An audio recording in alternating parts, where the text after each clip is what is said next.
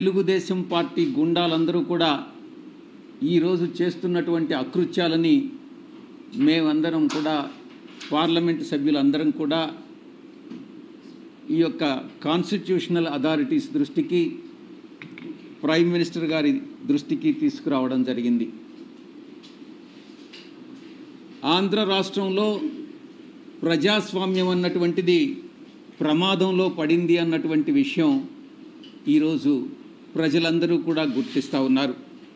వారం రోజులుగా తెలుగుదేశం పార్టీ చేస్తున్నటువంటి దాడులు అత్యంత భయానకమైనటువంటి పరిస్థితులు ఆంధ్ర రాష్ట్రంలో నెలకొన్నటువంటి సంగతి ప్రతి ఒక్కరికి కూడా తెలుసు. కానీ దానికి పూర్తి భిన్నంగా వైఎస్ఆర్ కాంగ్రెస్ పార్టీ పైన, కార్యకర్తలపైన, నాయకులపైన చేస్తున్నటువంటి దాడుల్ని దాన్ని తిరిగి మేమేదో వాళ్లపైన దాడులు చేస్తున్నామన్నటువంటి విధంగా చిత్రీకరిస్తున్నటువంటి ఘనత ఒక్క చంద్రబాబు నాయుడికే దక్కుతుంది.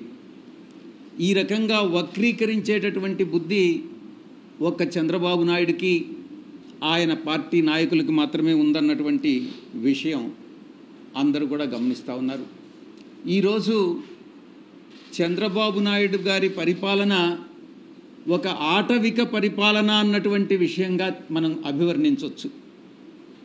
మీకు వీడియో రూపంలో కూడా తెలుగుదేశం పార్టీ నాయకులు, కార్యకర్తలు, మా కార్యకర్తలపైన చేస్తున్నటువంటి, నాయకులపైన చేస్తున్నటువంటి దాడుల్ని మీకు చూపించడం జరుగుతుంది.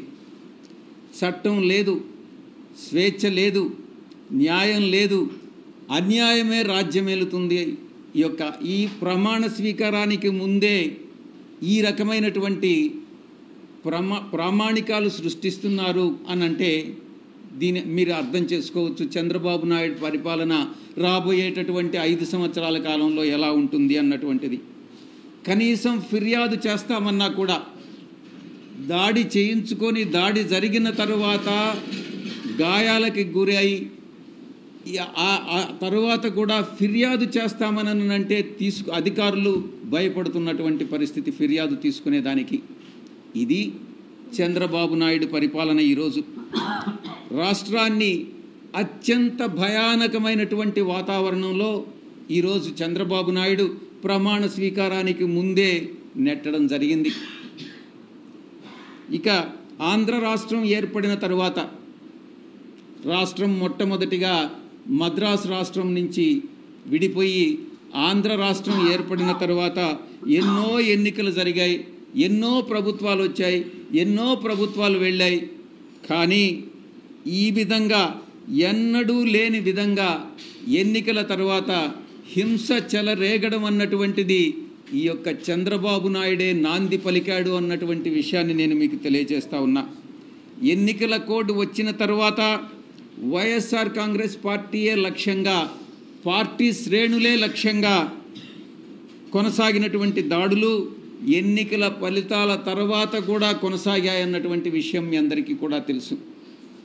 వైఎస్ఆర్ కాంగ్రెస్ పార్టీ కార్యకర్తలని, వాళ్ళ ఆస్తులని, కుటుంబ సభ్యులని లక్ష్యంగా చేసుకుని టీడీపీ ముఠాలు, టీడీపీ గుండాలు ఈరోజు రాష్ట్రంలో స్వైర్య విహారం చేస్తూ ఉన్నాయన్నటువంటి విషయం మనం గమనించుకోవాలి.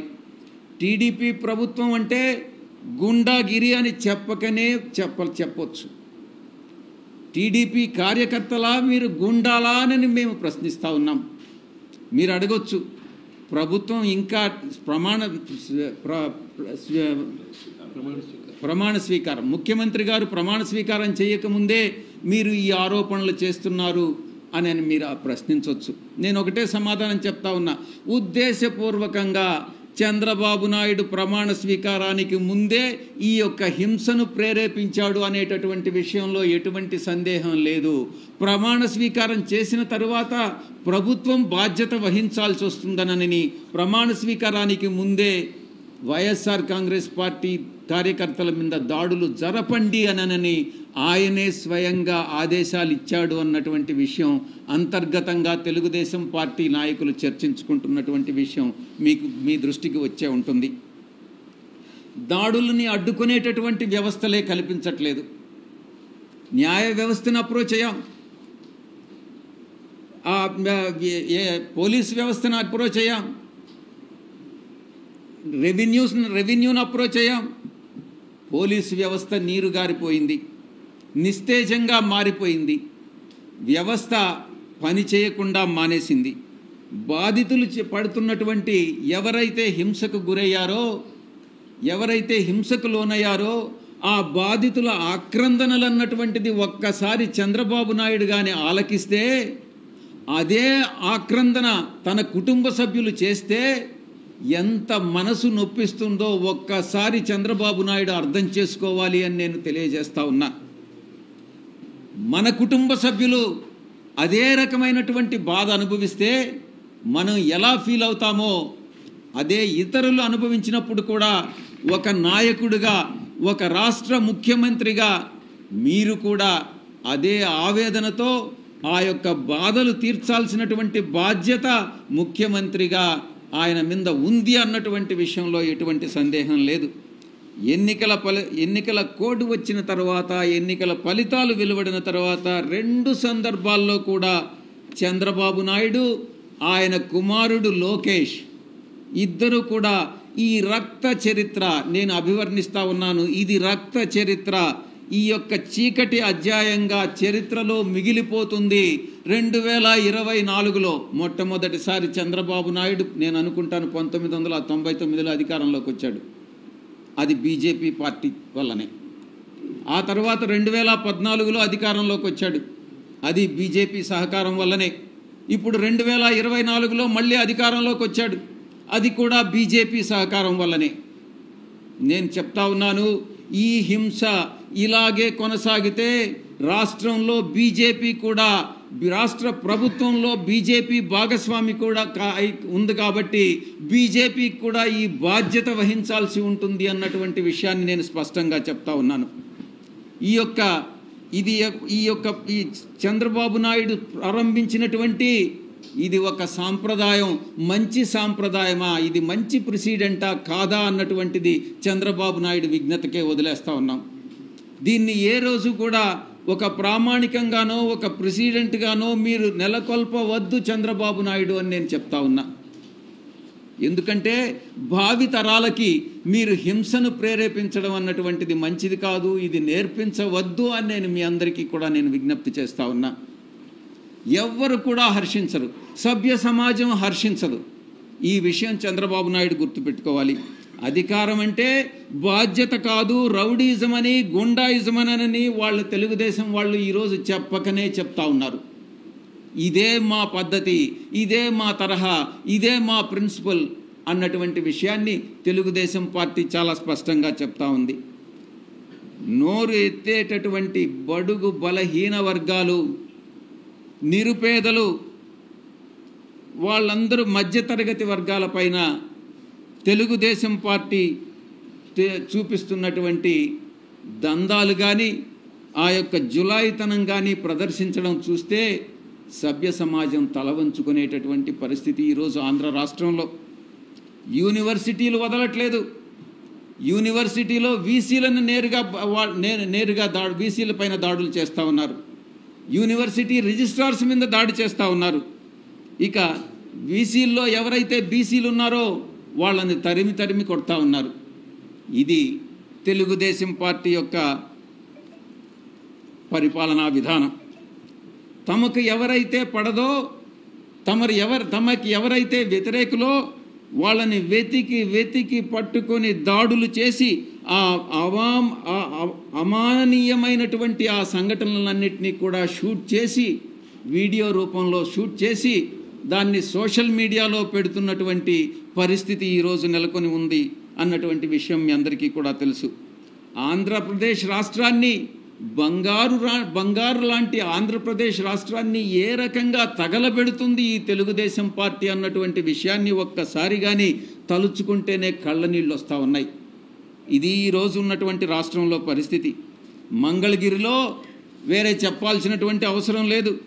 లోకేష్ మనుషులు సోషల్ మీడియా కార్యకర్త, మా సోషల్ మీడియా కార్యకర్త రాజ్ కుమార్ పట్ల ఎంత అవమానకరంగా అమానుషంగా ప్రవర్తించారో, ఏకంగా ఎలా దాడి చేశారన్నటువంటి విషయం మనం వీడియోలో అందరం కూడా సోషల్ మీడియాలో చూసాం. ఇలాంటి ఘటనలు రాష్ట్రానికే కాదు మొత్తం దేశానికే అవమానకరం. ఈ దేశంలో ఆంధ్రప్రదేశ్ రాష్ట్రంలో ఇలాంటి సంఘటనలు జరుగుతున్నాయి అని అంటే అది కేంద్ర ప్రభుత్వం కూడా తల ఉంచుకోవాల్సినటువంటి పరిస్థితి. ఒక్క రాష్ట్రం మాత్రమే కాదు, దేశమే తల ఉంచుకోవాల్సినటువంటి పరిస్థితి. ఇలాంటి దారుణాలకు పాల్పడుతున్నటువంటి టీడీపీ కూటమిలో బీజేపీ, జనసేన కూడా భాగస్వాములే. ఈ కూటమి ప్రభుత్వం ఇప్పుడు ప్రజల ప్రాణాలని ఏ రకంగా కాపాడుతుంది, ప్రజాస్వామ్యాన్ని ఏ రకంగా కాపాడుతుంది, రాష్ట్రంలో లా అండ్ ఆర్డర్ని ఎలా తెస్తుంది అన్నటువంటి విషయం ప్రజలందరూ కూడా ఆలోచించాలని నేను విజ్ఞప్తి చేస్తూ ఉన్నాను. చివరికి మీడియాను కూడా అణిచేస్తూ ఉన్నారు మిమ్మల్ని అందరినీ కూడా. మీ అందరికీ కూడా తెలుసు, ఈరోజు TV9ని కానీ, లేకుంటే NTVని కానీ, సాక్షి టీవీని కానీ, కేబుల్ ఆపరేటర్స్ ఏమంటారు MSOs నుంచి తొలగిస్తూ ఉన్నారు. ఎంత అమానుషం, ఎంత అమాననీయం ఒక్కసారి మీ అందరం కూడా అర్థం చేసుకోవాలి. రాష్ట్రం మొత్తం కూడా ప్రజాస్వామ్యమే కూని అయిపోయిందా అన్నటువంటి ఒక భావన మన అందరిలో కూడా కలుగుతూ ఉంది.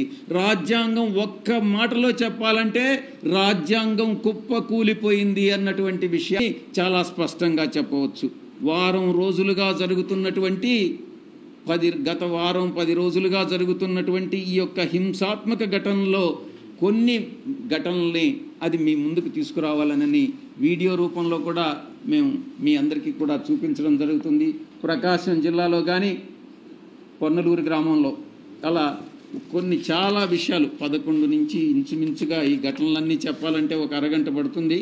కాబట్టి ఇంచుమించు 27 సంఘటనలు ఈ దీంట్లో లిస్ట్ చేయడం జరిగింది. వీటినన్నిటినీ కూడా ప్రధానమంత్రి గారికి, ఇది ప్రెసిడెంట్ ఆఫ్ ఇండియా గారికి మొట్టమొదటి లెటర్, ప్రెసిడెంట్ ఆఫ్ ఇండియా గారికి 2వ లెటర్.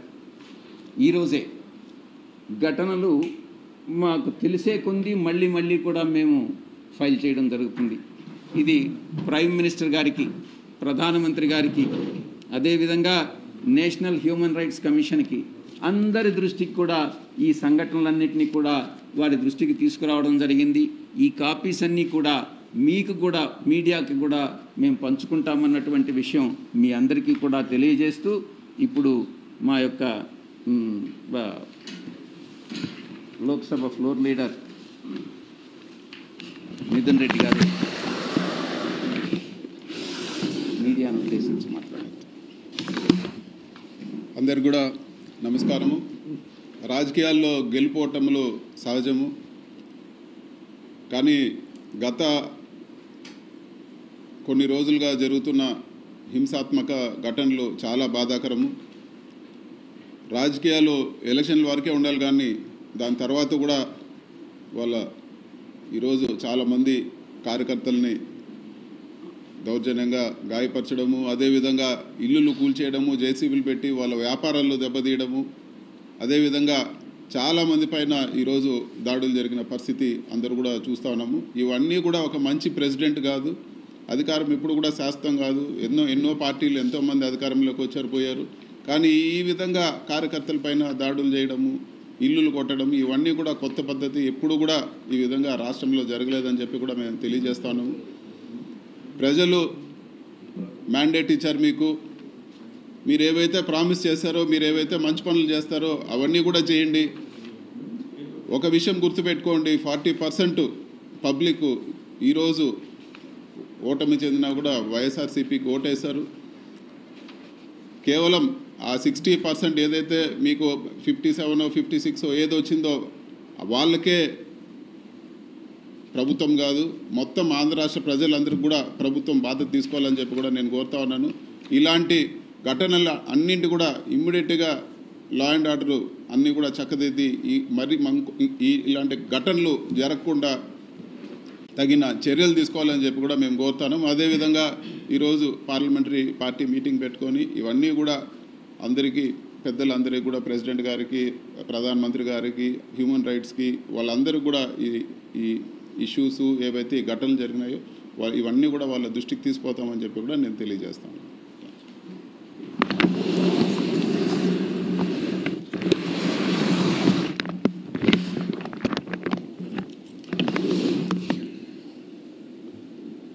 ఆంధ్రప్రదేశ్ రాష్ట్రంలో ఎలక్షన్స్ అయిపోయినాక కౌంటింగ్ రోజు నుంచి 4వ తారీఖు సాయంకాలం నుంచి ఈ రోజు వరకు గత వారం రోజుల నుంచి రాక్షస పాలన కనిపించే విధంగా రాష్ట్రంలో పరిస్థితులు ఉన్నాయి. ఎందుకంటే లోగడ 2014 నుంచి 19 వరకు అధికారంలో ఉన్నప్పుడు ఇదే విధంగా పాలన సాగించారు చంద్రబాబు నాయుడు గారు ఆధ్వర్యంలో. అప్పుడు ఎన్డీఏ 3 పార్టీలు ఆ రోజు పాలన కొనసాగించారు. ఇప్పుడు మళ్ళా అధికారంలోకి వచ్చిన వారం రోజులకే, అంటే ప్రమాణ స్వీకారానికి ముందే ఒక ప్లాన్తో రాష్ట్ర వ్యాప్తంగా వైఎస్ఆర్ కాంగ్రెస్ పార్టీ కార్యకర్తలపై, నాయకులపై, వైఎస్ఆర్ కాంగ్రెస్ పార్టీ నాయకుల ఆస్తులపై దాడులు చేయటం దారుణంగా పరిస్థితులు ఉన్నాయి. మరి కొన్ని జిల్లాల్లో అయితే పోలీసుల సమక్షంలోనే కార్యకర్తలు, నాయకులపై దాడులు చేస్తుంటే కూడా పోలీసులు కేవలం సోద్యం చూస్తున్నట్టున్న పరిస్థితులు కూడా కొన్ని ఉన్నాయి. అవి కూడా మీకు క్లిప్పింగ్స్ అన్నీ కూడా మీకు ఇస్తాం. అన్ని జిల్లాల్లో ఎక్కడెక్కడైతే వాళ్ళు గూండాయిజం చలాయిస్తున్నారో ఆ జిల్లాలన్నిట్లో, మరీ ముఖ్యంగా గుంటూరు జిల్లాలో, నరసరావుపేట జిల్లాలో, గుంటూరు జిల్లాలో, పశ్చిమ గోదావరి జిల్లా, ఏలూరులో వాళ్ళ దాడులు తట్టుకోలేక సుమారుగా దాదాపు 2-3 వైఎస్ఆర్ పార్టీ కాంగ్రెస్ కార్యకర్తలు చనిపోవడం జరిగింది. దాడులు తట్టుకోలేక సూసైడ్ చేసుకోవడం కానివ్వండి, వాళ్ళ దాడుల వల్ల కానివ్వండి. ఏది పోలింగ్ అయిపోయిన రోజు నుంచి ఈ 7 రోజుల్లోనే ఎక్కడా కూడా పోలీస్ స్టేషన్లకు పోతే కేసులు బుక్ చేసే పరిస్థితి కూడా లేదు రాష్ట్రంలో. అంటే ఒక కుట్రపూరితంగా రాష్ట్ర ప్రభుత్వం ప్రమాణ స్వీకారం చేసే లోపే ఈ చర్య జరిగితే ప్రభుత్వం బాధ్యత వహించదు. ప్రభుత్వం అంటే కొత్తగా అధికారంలోకి వచ్చినాయంటే ప్రభుత్వం బాధ్యత వహించకుండా ఉండాలని కార్యకర్తలను రెచ్చగొట్టి తెలుగుదేశం గుండాలతో ఈ విధంగా రాష్ట్ర వ్యాప్తంగా రాక్షస పాలన తలపించే విధంగా పరిస్థితులు ఉన్నాయి. దీనిపై వైఎస్ఆర్ కాంగ్రెస్ పార్టీ తరఫున కేంద్ర ప్రభుత్వం దృష్టి తీసుకురావడం కోసం గత 3-4 రోజుల నుంచి ప్రత్యక్షంగా కలిసి చెప్పే ప్రయత్నం కూడా చేస్తున్నాం. వాళ్ళు వేరే ప్రమాణ స్వీకారోత్సవాలు వీటన్నిటి వల్ల బిజీగా ఉండటం వల్ల అపాయింట్మెంట్ కూడా దొరికే పరిస్థితి లేదు. కాబట్టి ప్రెసిడెంట్ ఆఫ్ ఇండియాకి, ప్రైమ్ మినిస్టర్కి, హోమ్ మినిస్టర్కి, నేషనల్ హ్యూమన్ రైట్స్ కమిషన్కి కూడా ఈరోజు అన్ని లిఖితపూర్వకంగా ఫిర్యాదులు అందించడం జరిగింది. దీనిపై వీళ్ళ దగ్గర స్పందన రాకపోతే తప్పకుండా న్యాయ పోరాటం చేసి దానికి కూడా అన్ని చర్యలు తీసుకునే కార్యక్రమం కూడా చేసి వైఎస్ఆర్ కాంగ్రెస్ పార్టీ కార్యకర్తల్ని కాపాడుకోవటానికి మా పార్టీ అధ్యక్షుడు జగన్మోహన్ రెడ్డి గారి నాయకత్వంలో తప్పకుండా మా పార్టీ కట్టుబడి ఉంటుంది.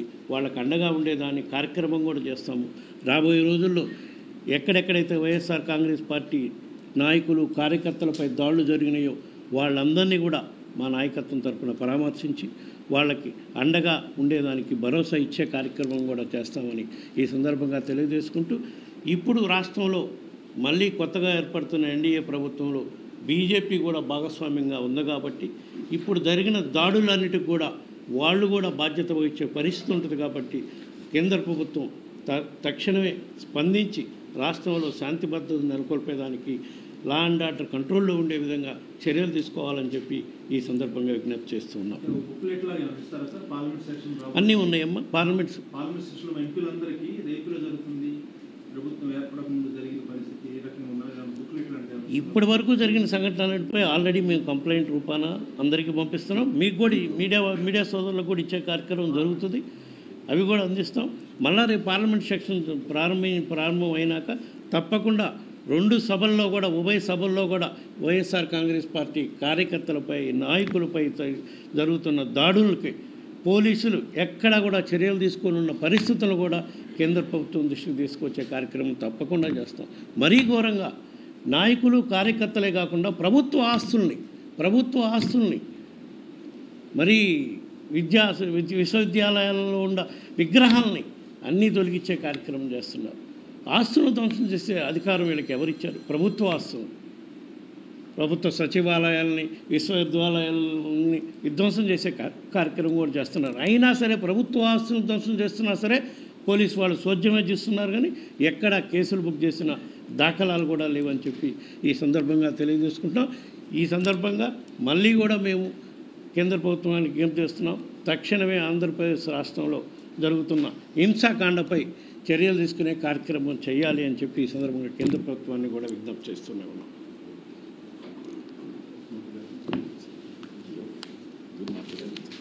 బాబు గారు మాట్లాడండి. బాబు గారు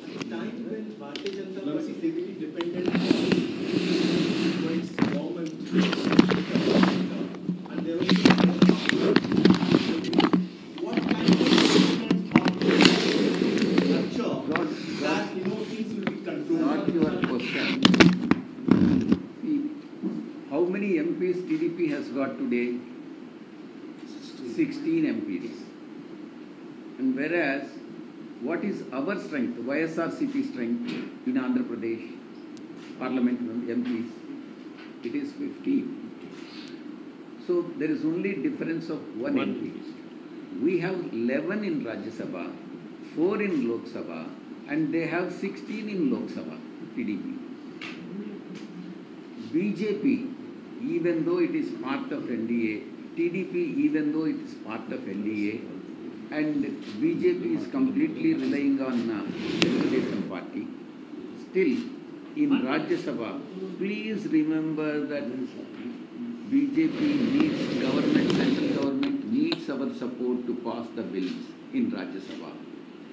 So they are totally dependent on TDP as well as YSRCP. There is no doubt in that. Numerically, we are also equally strong. We are as strong as Telugu Desam Party, even though we have lost power in state of Andhra Pradesh. Sir, one question.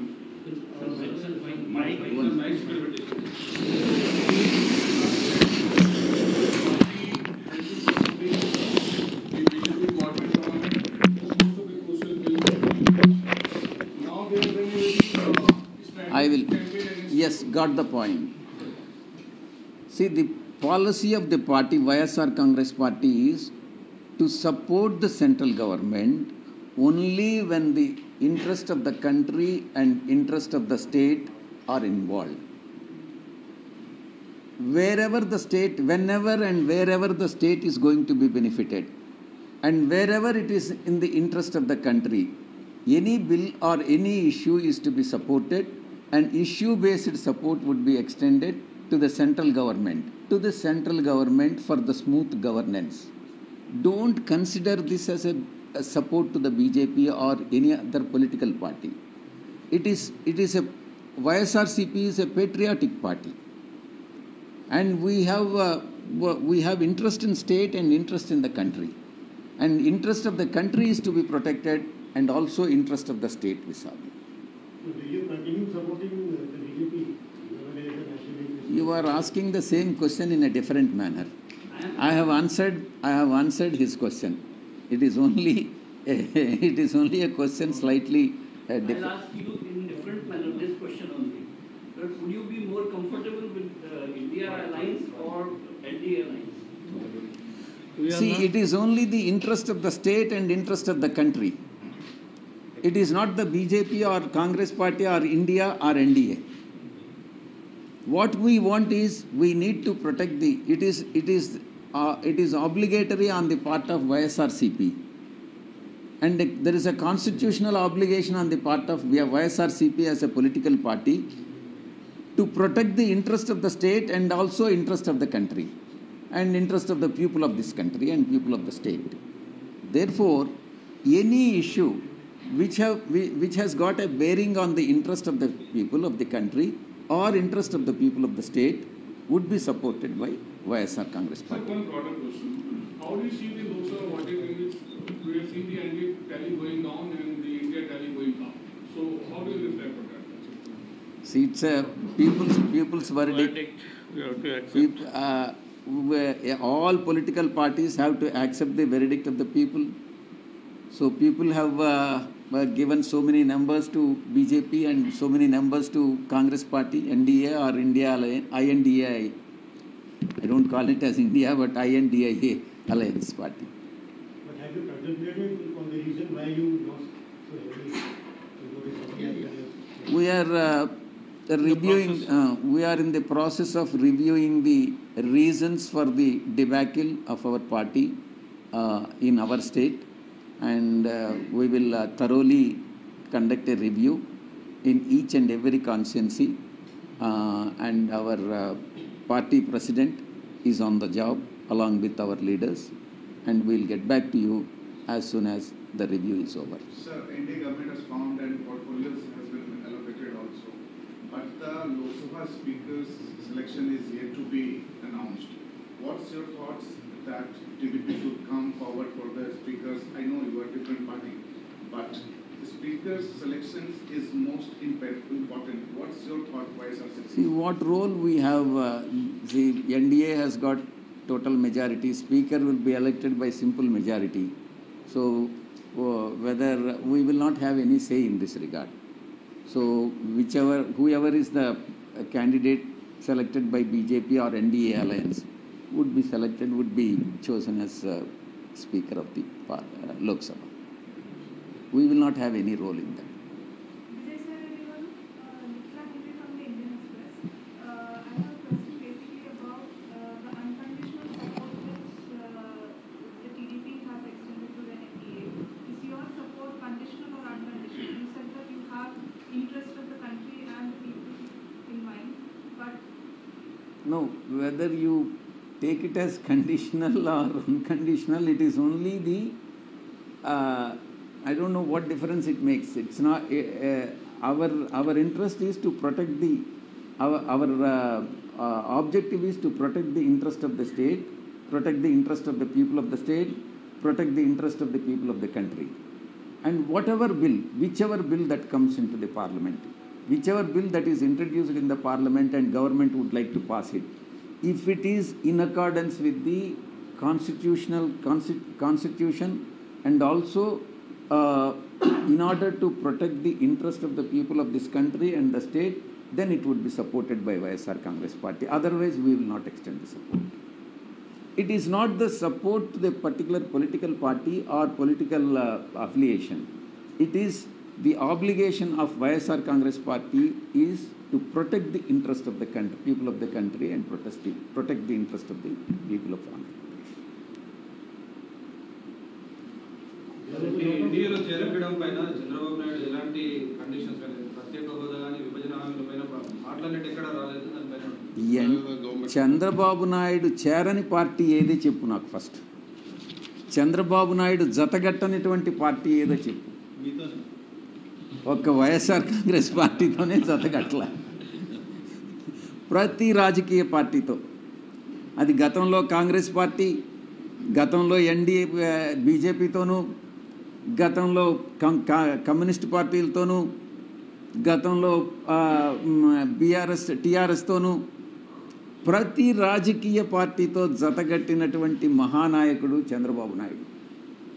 బహుశా దేశంలో మరే ఇతర నాయకుడు కూడా ఇన్నిసార్లు జతగట్టడం అన్నటువంటిది చేయలేదేమో. There was a lot of political violence during the elections, and the Election Commission had also taken a stone of violent incidents in the state. The DGP was also called. So many violence has reported during the election. Even after the election. Even that's what we have been telling. During the elections, there are some incidents about 3-4 places. There were some major incidents. After the election, post-election, it is more disaster. Entire state. During the polling, before polling, it was only in 2 districts, Anantapur and Narsapet, Palna district. Now in all the districts, it is government-sponsored violence now. That is the reason we are all here, to bring to the notice of President of India and Prime Minister and Home Minister. So government is sponsored. That means Telugu government has come to power, no? Though before they take the oath itself, they started doing this. Once they took the oath, again they have to take the responsibility, no? That is the reason before taking the oath itself, they have encouraged their cadre to do this type of activities. What have you mentioned in the letter to the president? That's what all incident took place. We'll give you. Wherever our party workers have been suffered due to violence, and some of the cases they have lost their lives also in 3-4 incidents. All those incidents you have mentioned. Saying that government sponsored. No. But government has not formed. Government has not formed. The ruling parties. Ruling party, Telugudesam party, cleverly doing this before taking the vote, so that they cannot be blamed directly because they didn't took the charge. To give that impression, they are doing this. They have encouraged their cadre to do like this. కేంద్ర ప్రభుత్వాన్ని జోక్యం చేసుకోవాలనుకుంటున్నారు. తప్పకుండా, because కేంద్ర ప్రభుత్వంలో ఉండేది BJP, అక్కడ కూడా NDA, Telugu Desam, BJP and Janasena, 3 parties are they aligned there. If they are not taking action, that blame will come on them also. Pardon? will come on them. They are not bothered. That's what we are bringing to their notice through you, and directly also largest complaint to them. They are available here. We thought of meeting them also. Unfortunately, they are all busy with oath-taking ceremonies and other functions. So some of the crucial items from BJP's agenda this time has been like one nation, one election, UCC. So where does the party stand on these 2 issues? See, our party president has made it very clear in many of the during the election campaigning. Our party stand as to UCC. So we will adhere to the stand that has been taken by our party president. It has been amply made clear. So there is nothing new in that. Of course, you have been doing that from last 10 years. No? From 2014 also, you have been, though you are not in power, when you are in opposition also, you are extending our support only on issue-basis issues. Even during our power 2019 to now 24, you have been extending only on issue-based issues. You have not either aligned to India or either aligned to Congress party or some other party. That is our practice. We will continue to do that now. While campaigning in Nellore, our party president has made amply clear that the UCC would not be supported by YSR Congress party. One nation, one election. On that, we will take a clarification on that. Thank you. Clippings are Sarama? We will show you some of the clippings also. Some of the clippings where Yeah, violence took please. place and they have not taken any action. some of the incidents.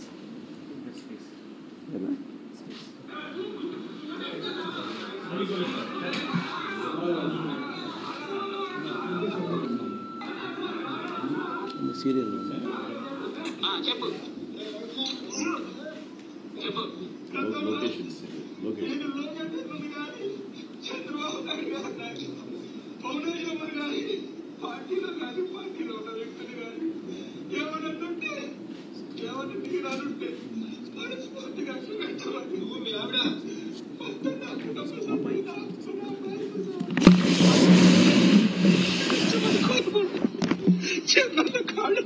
నాగాలు కాదు లోకేష్ గారు నువ్వు క్షమించమని అడగాల.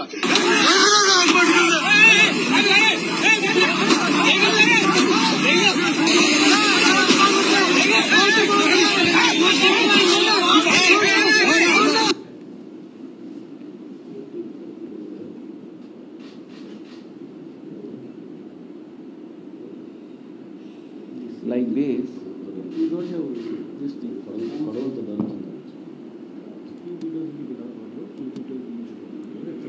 So, like this, 37 altogether, 37 incidents have been shot, and they are available with us. And out of so many incidents,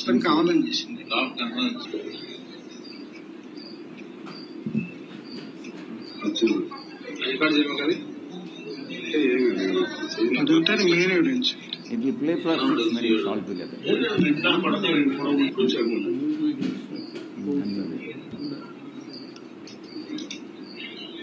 students that is ఇంట్లో మొత్తం మన దగ్గర రెండే రిపోర్ట్ చేసింది.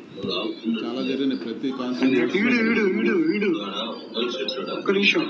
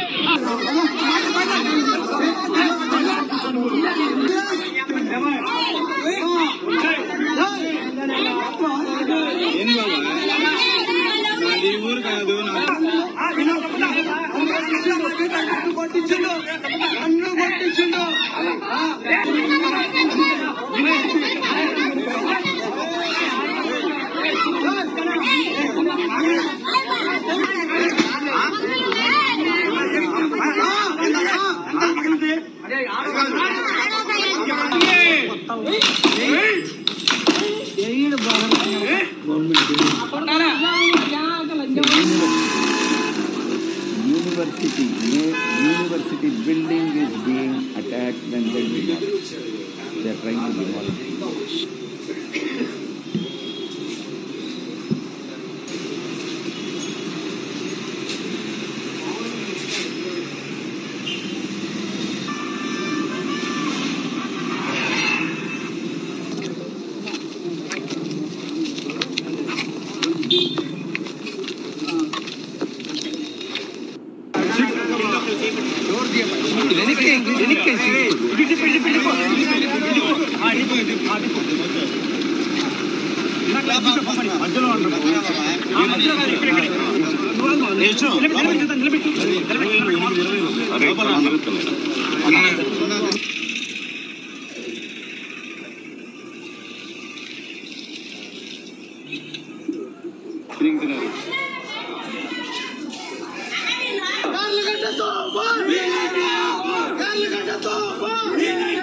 Police have become spectators.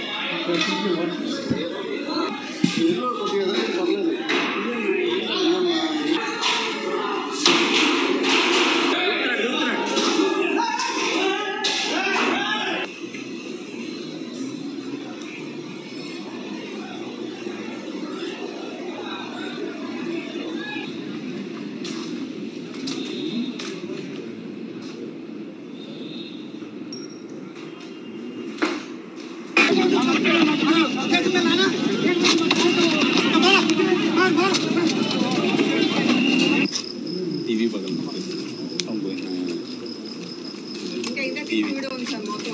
మొత్తం ధ్వంసం చేశారు షాపుని, టీవీ గీవీ లోపల మొత్తం టైలరింగ్ షాప్ పాపం.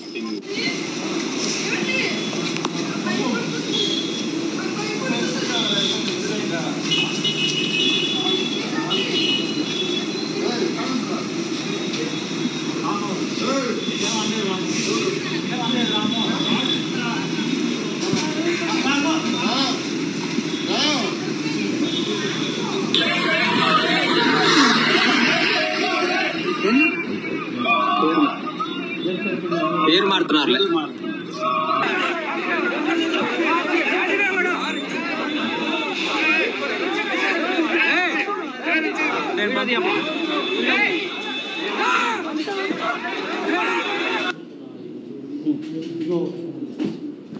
Thank you.